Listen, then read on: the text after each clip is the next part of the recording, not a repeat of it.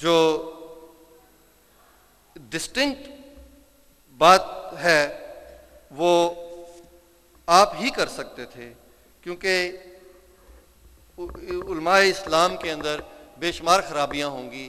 ایک بہت، اور یہ تمام مکاتب فکر کے علماء میں ہے، تمام جن کو آپ پسند کرتے ہیں یا نہیں کرتے، سارے لوگ احتیاط سے کام لیتے ہیں، تمام تفسیریں اختصار سے ہیں، تمام لوگ اپنے آپ کو روک لیتے ہیں، بات زیادہ بیان نہیں کرتے کہ کہیں سے بے احتیاطی نہ ہو جائے.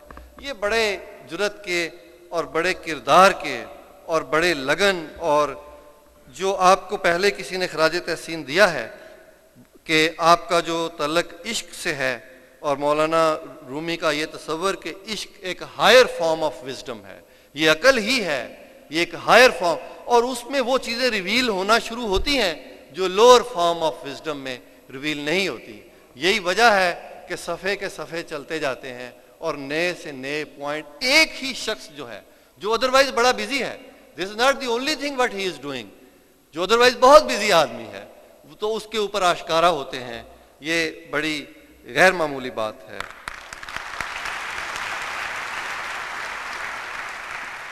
اور دو باتیں تھوڑی اور irrelevant ہو جائیں گی.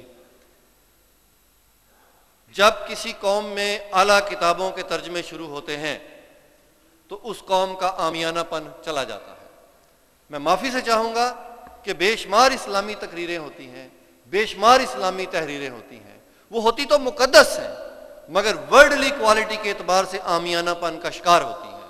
اور جو لیول آف آرگومنٹ آج کل دنیا میں اور غیر مسلموں کی دنیا میں برپا ہے وہ بڑا سائنٹیفک ہے، وہ بڑا ریشنل ہے، اور اس کے اندر تو مکڑی کا جال بچھا دیا جاتا ہے نازک سے نازک، اور وہ آرگومنٹ چلتا رہتا ہے.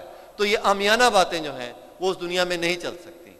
تو یہ قرآن سے ہی ابتدا ہونی چاہیے تھی ترجمے کی، اور دنیا کی عظیم کتابیں جو غیر مسلموں کی بھی ہیں، جو مسلمانوں کی بھی ہیں، اور زیادہ شاید غیر مسلموں کی ہوں گی، ان کے تراجم ہونے چاہیے تاکہ جو ہمارا لیول آف آرگومنٹ ہے اور جو عامیانہ پن سے ہم چھٹکارا چاہنا چاہ رہے ہیں وہ ہمارے کلچر کے اندر ایک ریولوشن آ جائے جس کی آپ نے بنیاد رکھی ہے.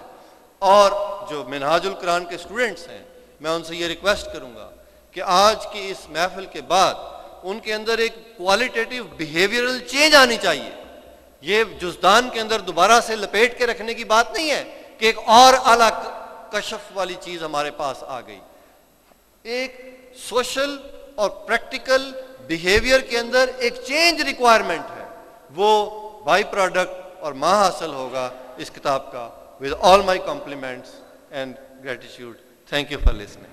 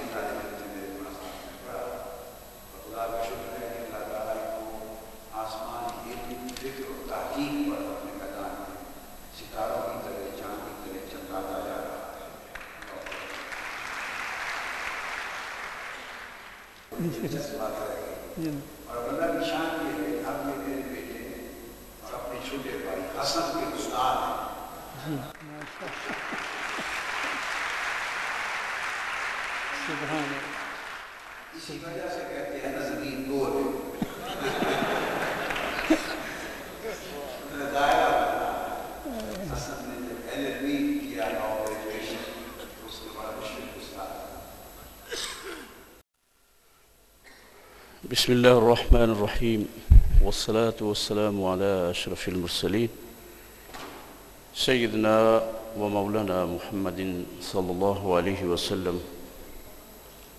أما بعد فأعوذ بالله من الشيطان الرجيم بسم الله الرحمن الرحيم محترم مکرم علامہ پروفیسر ڈاکٹر طاہر القادری صاحب، نہایت معزز علماء کرام، حاضرین و سامعین، آصف ناگی صاحب، السلام علیکم ورحمۃ اللہ وبرکاتہ۔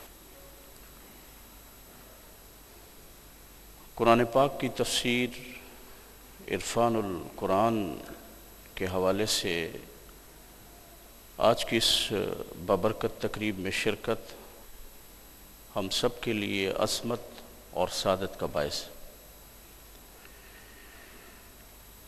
یہ تعارفی تقریب ایک ایسے مہینے میں منعقد ہو رہی ہے کہ جس میں خود صاحب قرآن صلی اللہ علیہ وسلم تشریف فرما ہوئے، گویا یہ وہ بابرکت مہینہ ہے جس میں صاحب قرآن کی برکتوں سے اللہ تعالیٰ نے ہمیں قرآنی اور الہامی تعلیمات سے سرفراز کیا۔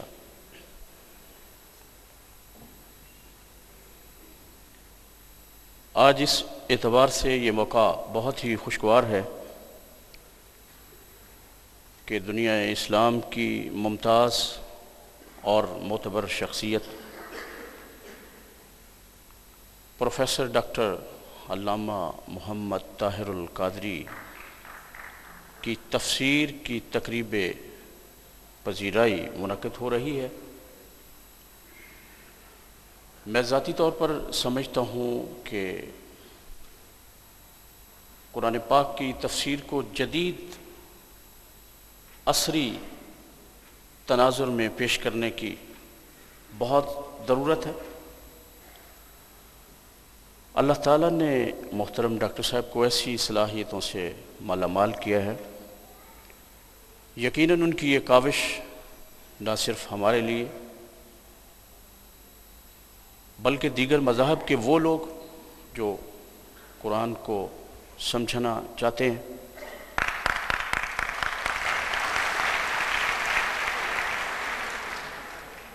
یا اس مقدس کتاب کو سمجھنے کا ذوق رکھتے ہیں، ان کے لیے انتہائی فائدہ مند ہوگی۔ میں اس بابرکت موقع پر محترم ڈاکٹر صاحب کو اس خوبصورت اور علمی کاوش پر مبارکباد پیش کرتا ہوں۔